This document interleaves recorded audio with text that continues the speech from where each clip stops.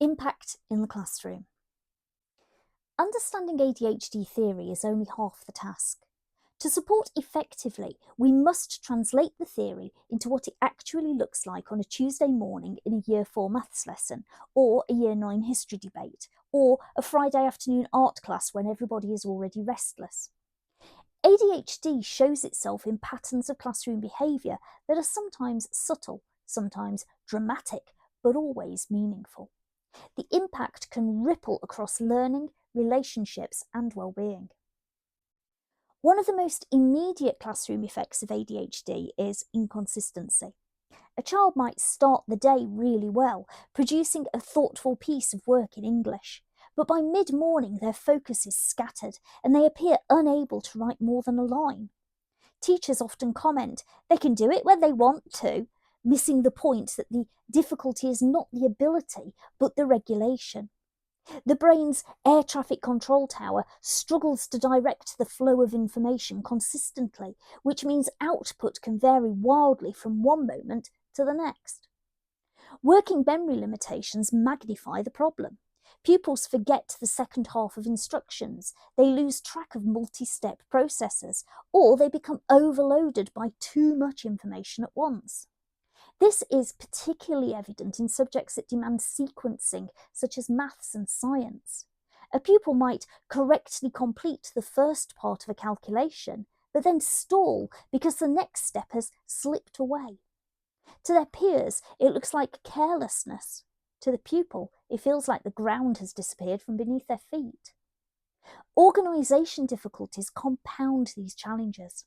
Exercise books are misplaced, equipment is missing, and homework is forgotten.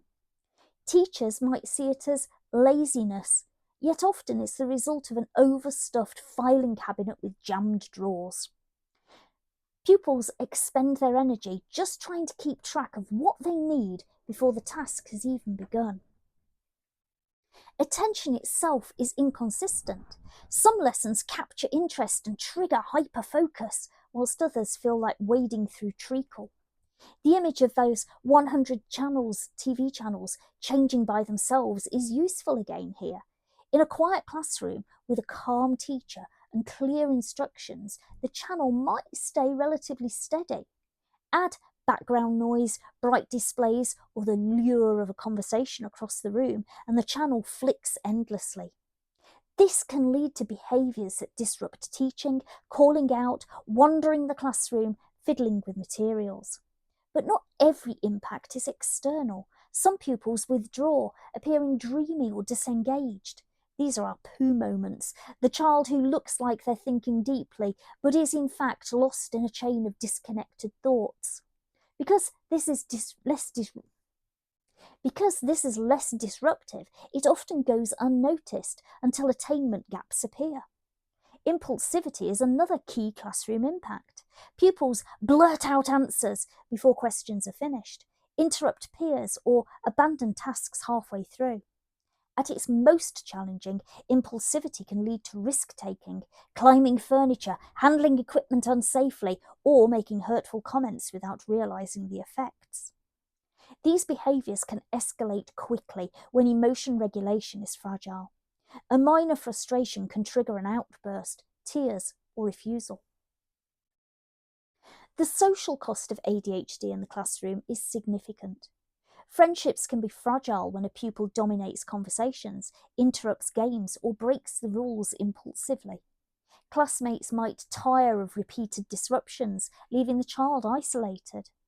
For others, the need for stimulation draws them into conflict.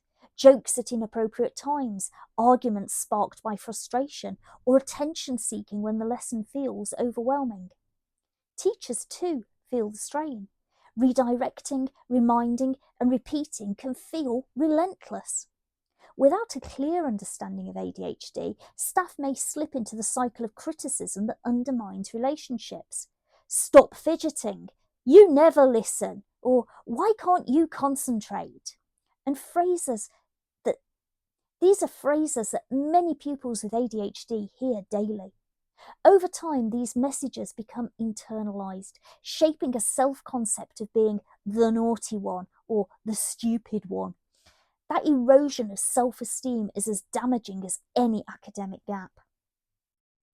ADHD doesn't exist in isolation. Many pupils also experience anxiety, a constant background worry of missing something important, being told off, or losing control. For some, every lesson is a balancing act between trying to focus and bracing for failure. Emotion regulation difficulties mean that setbacks, however small, can feel overwhelming.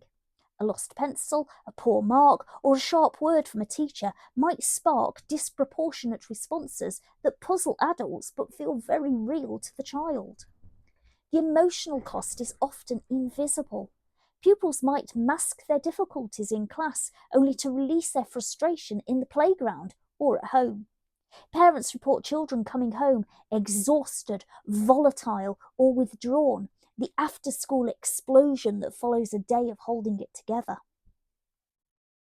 Returning to the 100-acre wood helps us to explain these impacts in human terms. Tigger bouncing into lessons with enthusiasm but knocking over half the classroom in the process, that embodies our hyperactivity. Pooh being distracted by the honey and losing his train of thought mid-task illustrates inattention.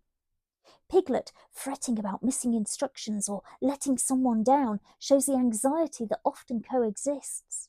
And Rabbit, exasperated by the chaos around him, represents that structured teacher or peer who struggles to cope with the unpredictability of the ADHD child. None of the characters alone explain ADHD, but together they capture the way it ripples across classroom life. The impact of ADHD in the classroom is not confined to the individual child. It shapes the learning environment for everyone. Lessons are interrupted, group work falters, and teachers spend a disproportionate amount of time managing behaviour. If misinterpreted, ADHD can fuel negative cycles of exclusion, persistent absence, or disengagement. Yet when understood clearly, these same impacts can become opportunities for adaptation. A pupil's need to move can be reframed as a chance to build in active learning. Their impulsivity can be channeled into creativity. Their distractibility can be managed with structure and cues.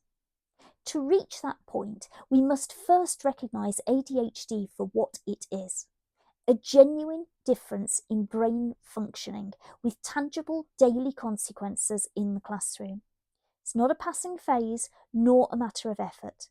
The impact is real, and unless it's acknowledged, pupils with ADHD will continue to be misunderstood and undeserved. The impact is real, and unless it is acknowledged, pupils with ADHD will continue to be misunderstood and underserved. But with clarity comes possibility, the chance to shift classroom culture from frustration to support, from deficit to difference.